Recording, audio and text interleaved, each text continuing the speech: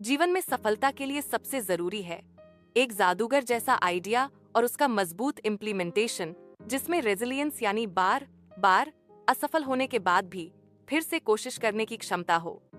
Brain को बदलने की कोशिश में कई बार असफलता मिलती है, लेकिन बार बार प्रयास करना ही असली सफलता की कुंजी है।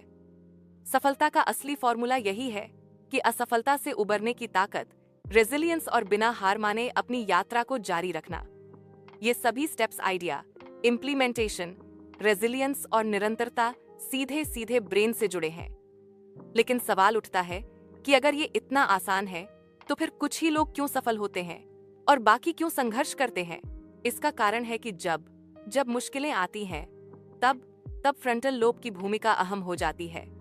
कई लोग इन चुनौतियों का सामना नहीं कर पाते, वहीं जिनका ब्रेन ट्रेंड है वे हर असफलता को एक नया अवसर मानते हैं और समाधान खोजने की सोच रखते हैं।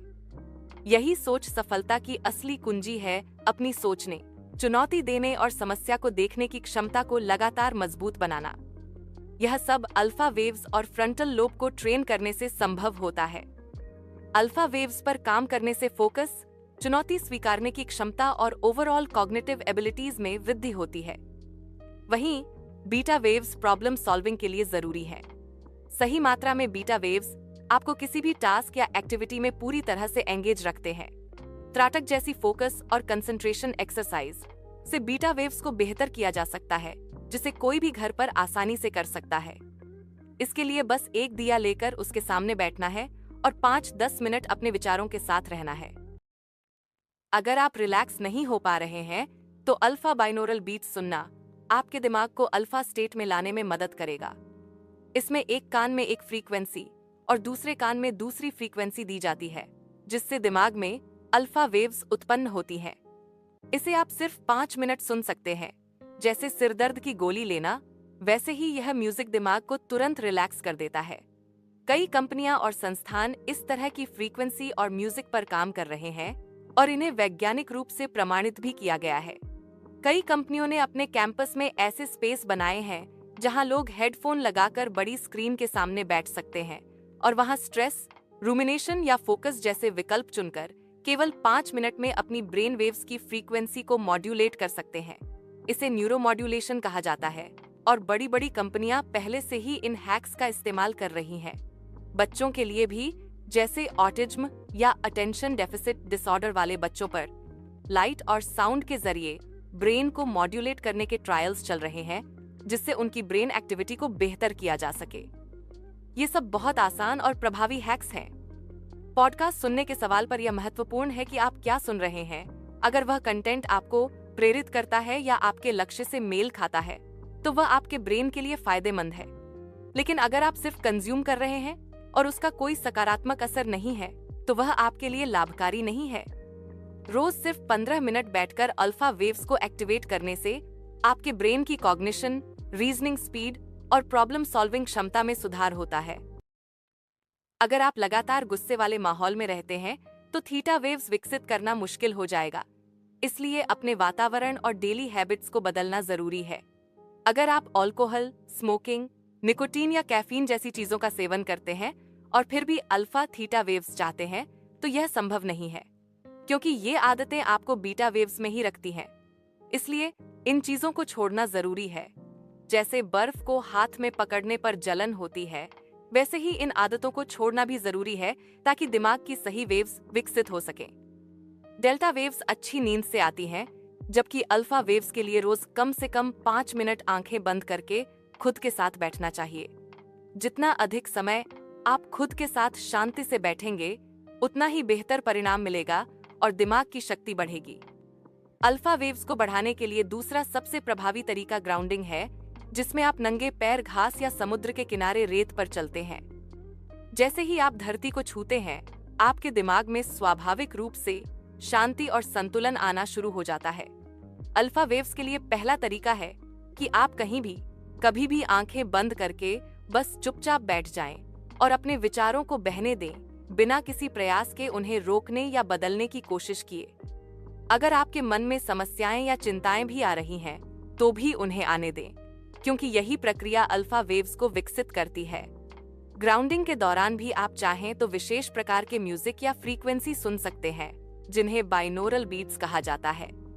ये म्यूजिक लैब में टेस्ट किए गए हैं और इनकी फ्रीक्वेंसी दिमाग की वेव्स को बदलने में मदद करती है।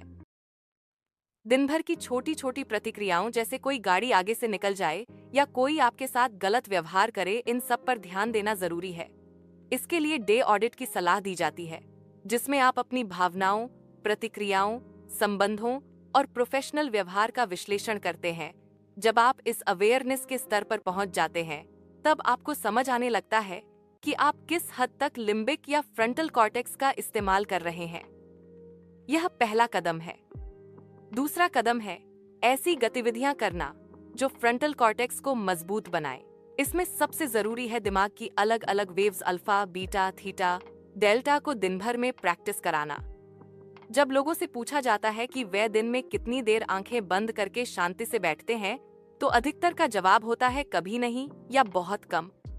इसका मतलब है कि वे अपने अल्फा वेव्स को विकसित नहीं कर रहे। जैसे बाइसेप्स बनाने के लिए एक्सरसाइज करनी पड़ती है, वैसे ही शांत, संतुलित और सोच समझकर प्रतिक्रिया देने के लिए दिमाग की ट्रेनिंग जरूरी है। अगर आप चाहते हैं कि आपके इमोशंस कंट्रोल में रहें, तो आपको अल्फा वेव्स के साथ साथ थीटा वेव्स भी चाहिए, क्योंकि थीटा वेव्स से क्रिएटिविटी, विजन और भविष्य की सोच विकसित होती है। सिर्फ आंखें बंद करने से थीटा वेव्स नहीं बनती। इसके लिए आपको और गहराई में जाना पड़ता है, यानी मेडिटेशन की आवश्यकता होती है।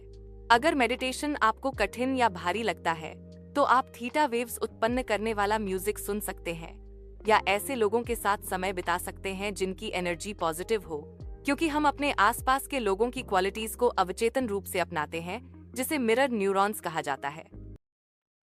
किसी का बचपन का यह दौर निकल भी गया हो तो भी चिंता की बात नहीं है, क्योंकि 13 से 20 साल की उम्र में भी दिमाग को काफी हद तक प्रभावित किया जा सकता है। इसी वजह से वोटिंग की उम्र को लेकर भी चर्चा होती है कि 18 साल में फ्रंटल कॉर्टेक्स पूरी तरह विकसित नहीं होता, जिससे निर्णय लेने की क्षमता पर असर पड़ता है। अगर इस उम्र में हैबिट बिल्डिंग और सेल्फ वर्क शुरू कर दिया जाए, तो दिमाग का यह हिस्सा और भी शार्प हो सकता है। अगर कोई 13 से 18 की उम्र भी पार कर चुका है और अब 25 से 40 के बीच है, तब भी दिमाग को बदलना और सुधारना संभव है। न्यूरोप्लास्टिसिटी की वजह से दिमाग में बदलाव लाने की क्षमता जीवन भर बनी रहती है। यह मानना गलत है कि दिमाग एक बार जैसा बन गया वैसा ही रहेगा, या सब कुछ सिर्फ जीन या बचपन की परवरिश पर निर्भर है। अपने ब्रेन पर काम करना कभी भी शुरू किया जा सकता है और इसके लिए किसी भी उम्र में देर नहीं होती।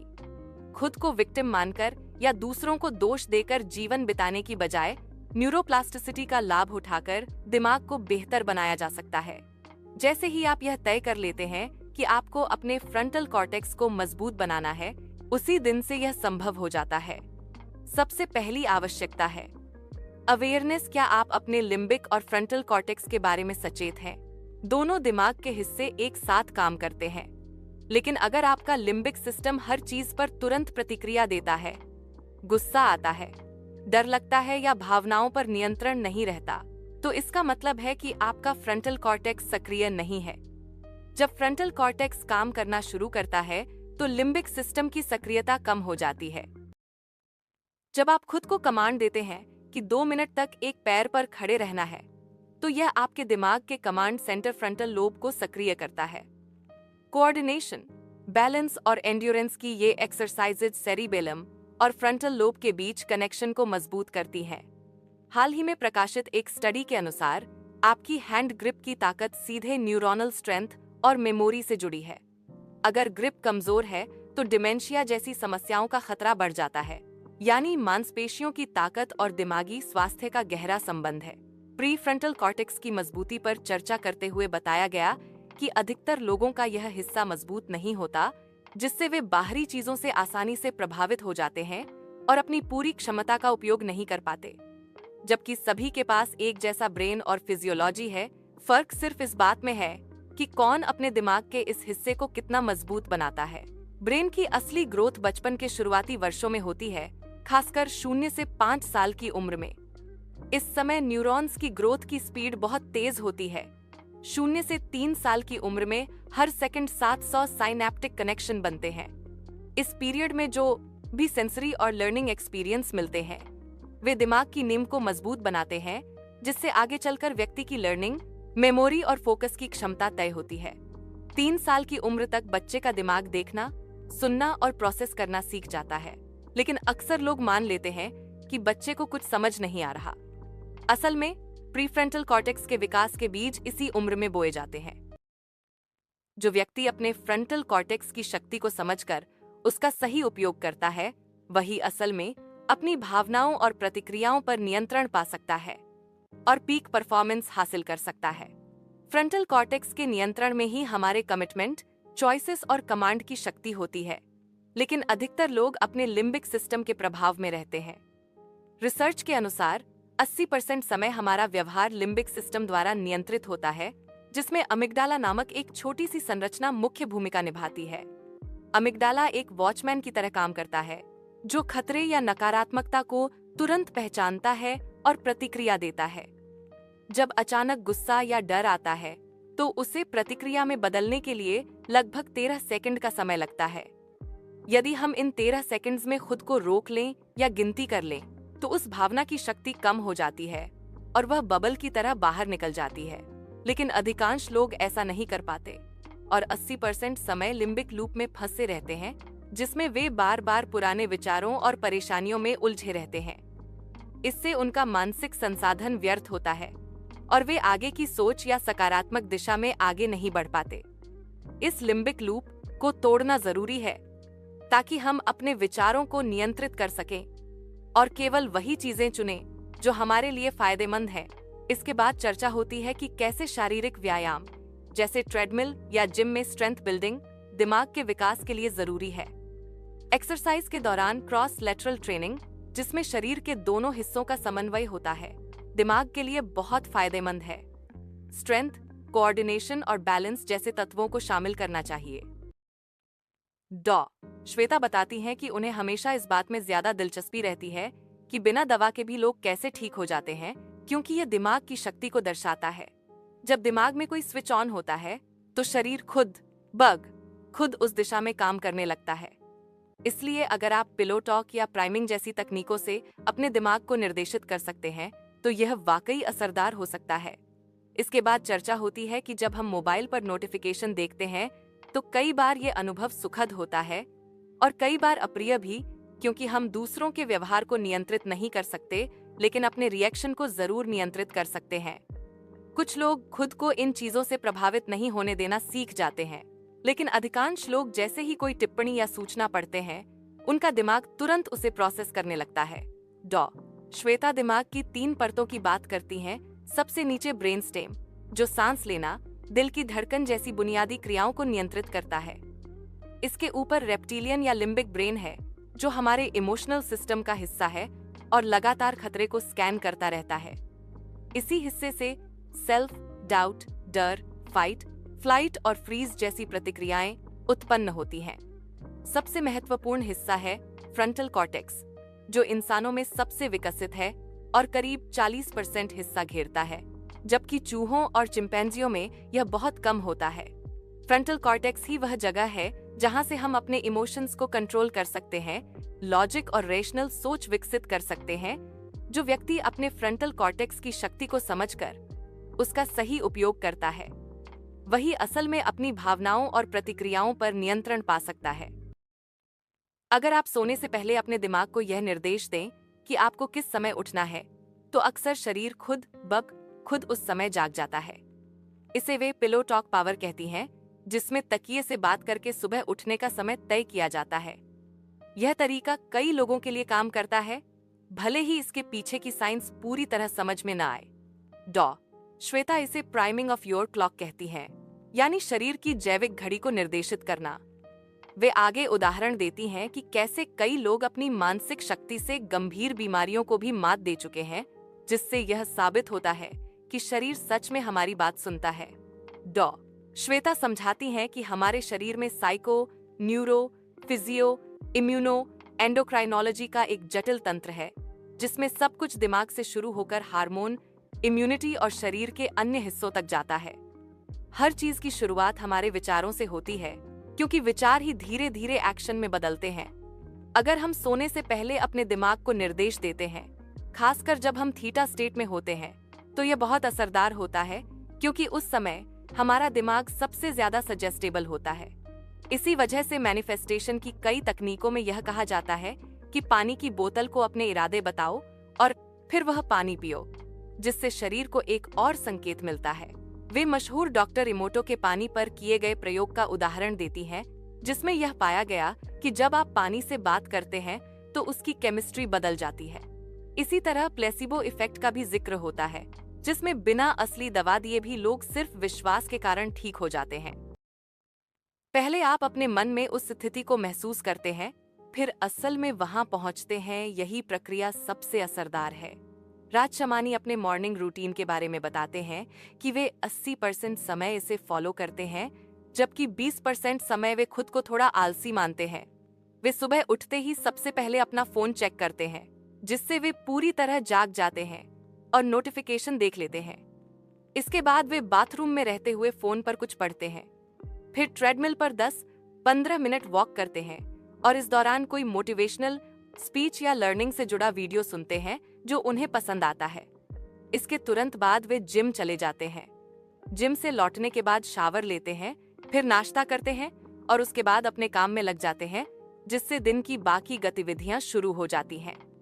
राज बताते हैं कि सुबह ट्रेडमिल पर चलते समय जो 15 मिनट वे मोटिवेशनल या लर्निंग से जुड़ी बातें सुनते हैं, उसमें कभी कभी वे खुद को पूरी तरह उस अनुभव में डूबा हुआ पाते हैं, जैसे वे खुद वह सब कर रहे हों। तो कभी कभी उतना जुड़ाव महसूस नहीं होता। वे पूछते हैं कि इस अनुभव को और बेहतर कैसे बनाया जाए। डॉ. श्वेता बताती हैं कि सुबह अचानक तेज अलार्म से उठना दिमाग और शरीर के लिए झटका देने वाला हो सकता है, जिससे हार्ट रेट और ब्लड प्रेशर अचानक बढ़ जाता है। इसलिए धीरे धीरे जागने के लिए कोई वैकल्पिक तरीका अपनाना चाहिए। वे क्रोनोटाइप्स की बात करती हैं, यानी हर व्यक्ति की नींद और जागने की प्राकृतिक प्रवृत्ति अलग होती है और उसी के अनुसार रूटीन बनाना चाहिए। राज कहते हैं कि अगर वे तेज अलार्म नहीं लगाएंगे तो उठ नहीं पाएंगे, लेकिन डॉ. श्वेता सुझाव देती हैं कि दिमाग की क्षमता को आजमाना चाहिए। एक और स्टडी का उदाहरण देते हुए वे बताती हैं कि एक समूह ने केवल कल्पना की कि उनकी लिटिल फिंगर मजबूत हो रही है, जबकि दूसरे समूह ने असल में एक्सरसाइज की। 3 महीने बाद दोनों के लिटिल फिंगर की ताकत लगभग बराबर पाई गई। इससे स्पष्ट होता है कि दिमाग में किसी चीज की गहराई से कल्पना करना भी उतना ही असरदार हो सकता है जितना कि उसे फिजिकली करना।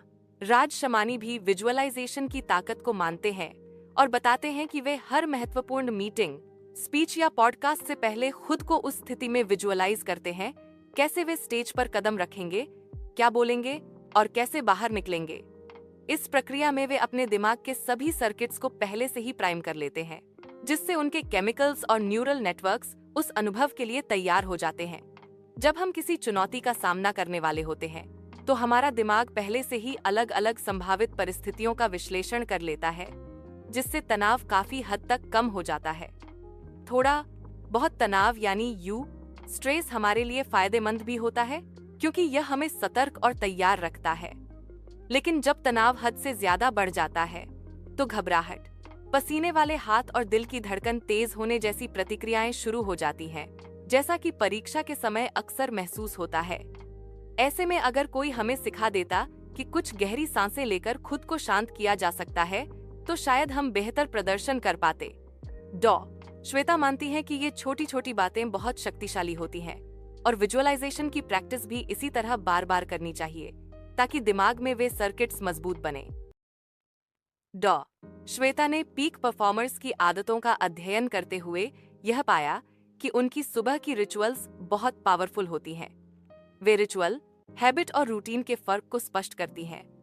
रिचुअल वह है जिसमें आप पूरी जागरूकता और ध्यान के साथ कोई कार्य करते हैं, जबकि हैबिट ऑटो पायलट मोड में होती है, जैसे ब्रश करना। सफल लोगों की सुबह की रिचुअल्स में फुल अटेंशन और इंटीग्रेशन होता है। इसी संदर्भ में वे मूवर्स तकनीक साझा करती हैं, जिसमें एम मेडिटेशन, ओ ऑक्सीजन यानी breath work, V visualisation, E exercise, R reading कुछ सकारात्मक या अफर्मेटिव पढ़ना, क्योंकि सुबह सबकॉन्शियस माइंड खुला होता है। और एस सब्सक्राइबिंग यानी अपने विचारों या लक्ष्यों को लिखना शामिल है। इस तरह की रूटीन से दिमाग और शरीर दोनों को दिन की शुरुआत में ही सही दिशा मिलती है। सुबह के पहले घंटे में मूवर्स के हर हिस्से को करने के लिए बहुत अधिक समय नहीं चाहिए। हर एक्टिविटी को सिर्फ 5-5 मिनट देना भी पर्याप्त है। उदाहरण के लिए, उठते ही सूरज की रोशनी में जाना, 5 मिनट ब्रीदिंग एक्सरसाइज करना, फिर आंखें बंद करके विजुअलाइजेशन करना। वे विजुअलाइजेशन की शक्ति पर जोर देती हैं और इसे एक सुपर पावर मानती हैं। वे एक स्टडी का हवाला देती हैं जिसमें पियानो बजाने वाले 2 समूहों की तुलना की गई। एक समूह ने पियानो को फिजिकली बजाया जबकि दूसरे ने केवल दिमाग में उसकी कल्पना की। 3 महीने बाद दोनों के ब्रेन में लगभग समान विकास देखा गया, जिससे यह साबित होता है कि विजुअलाइजेशन से दिमाग में असली बदलाव आते हैं। अधिकतर लोग अलार्म बजते ही अचानक बीटा वेव्स में चले जाते हैं, जिससे दिमाग पर अनावश्यक दबाव पड़ता है, जैसे गाड़ी को न्यूट्रल से सीधे 5th गियर में डाल देना। इसीलिए सुबह के पहले कुछ मिनटों में आंखें बंद करके गहराई से अपने दिन, हफ्ते या साल के लक्ष्यों का विजुअलाइजेशन और ऑटो सजेशन करना चाहिए। यह समय दिमाग को प्रोग्राम करने के लिए सबसे उपयुक्त है। इसके बाद सूर्य की रोशनी में जाना भी जरूरी है, क्योंकि सूरज की किरणें हमारे ब्रेन के सुप्रास्मेटिक न्यूक्लियस को एक्टिवेट करती हैं, जो हमारी सर्केडियन रिदम को सेट करता है। प्राचीन परंपराओं में सूर्य को अर्घ्य देने की परंपरा इसी वैज्ञानिक कारण से थी, ताकि शरीर और दिमाग दोनों को दिन की शुरुआत में ऊर्जा और स्पष्टता मिल सके। इस तरह सुबह की इन आदतों से दिमाग को सही दिशा में प्राइम किया जा सकता है, जिससे फोकस, ऊर्जा और मानसिक स्पष्टता बनी रहती है। इसके बाद डॉ. श्वेता बताती हैं कि सुबह उठने के तुरंत बाद कम से कम 1 घंटे तक कैफीन का सेवन नहीं करना चाहिए, क्योंकि कैफीन एक स्टिमुलेंट है और यह दिमाग को और अधिक बीटा वेव्स की ओर धकेल देता है, जिससे बेचैनी और तनाव बढ़ सकता है। सुबह की चाय या कॉफी की आदत दरअसल दिमाग के नेचुरल ट्रांजिशन को बाधित करती है। वे जोर देती हैं कि सुबह की शुरुआत एक समर्पित और अनुशासित रूटीन के साथ होनी चाहिए। वे ब्रह्म मुहूर्त के वैज्ञानिक महत्व को भी समझाती हैं। अगर आप सूर्योदय से लगभग 90 मिनट पहले उठते हैं, तो शरीर में होने वाले केमिकल रिएक्शंस अपने चरम पर होते हैं, जिससे एंडोर्फिन जैसे प्राकृतिक पेनकिलर्स भी सक्रिय हो जाते हैं और आपको अतिरिक्त दवाओं की जरूरत नहीं पड़ती। दोस्तों, क्या आप जानते हैं मिलेनियर कैसे सोचते हैं? न्यूरोलॉजिस्ट डॉक्टर श्वेता अगातिया जी कहती हैं कि बिलेनियर का दिमाग अलग तरह से नहीं बना होता, बल्कि उनमें एक खास जज्बा और समस्या सुलझाने की दृढ़ता होती है। वे बताती हैं कि अगर हम अपने दिमाग को सही तरीके से ट्रेन करें, तो हम भी स्ट्रेस फ्री और सफल बन सकते हैं। मॉर्निंग रूटीन के लिए वे मूवर्स टेक्निक सुझाती हैं, जिसमें meditation, oxygenation, visualisation, exercise, positive reading और स्क्राइबिंग शामिल है। डॉ. श्वेता कहती हैं कि असल में हमें अपने दिमाग को नहीं, बल्कि अपनी रियलिटी को रिवायर करना चाहिए, और दिन की शुरुआत के पहले 5 मिनट में अगर हम काम शुरू कर दें, तो दिमाग खुद ब खुद एक्टिव हो जाता है। वे पुरुष और महिलाओं के दिमाग में एकमात्र फर्क बताती हैं कि महिलाओं की बोलने की प्रवृत्ति थोड़ी ज्यादा होती है, जिससे बातचीत में उनकी आवाज ज्यादा सुनाई देती है। दर्द या ब्रेकअप जैसी स्थितियों से बाहर निकलने के लिए वे अवेयरनेस, ब्रीदिंग और डेली हैबिट्स को अपनाने की सलाह देती हैं, जिससे दिमाग और जीवन दोनों बेहतर हो सकते हैं। अगर कोई अपना दिमाग पूरी तरह एक्टिवेट करना चाहता है, तो यह संभव है और इसके लिए ब्रेन स्कैन भी किया जा सकता है। आगे वे बताती हैं कि किस तरह का मॉर्निंग रूटीन अपनाकर हम अपने दिमाग को प्राइम कर सकते हैं, ताकि हम अल्ट्रा सक्सेसफुल और स्ट्रेस फ्री लाइफ जी सकें। न्यूरोसाइंस के अनुसार सुबह उठते ही दिमाग की वेव्स का ट्रांजिशन बहुत महत्वपूर्ण होता है। जब हम गहरी नींद में होते हैं, तब डेल्टा वेव्स एक्टिव रहती हैं, और जैसे जैसे हम जागते हैं, थीटा और अल्फा वेव्स आती हैं, जो बहुत पावरफुल फेज होता है।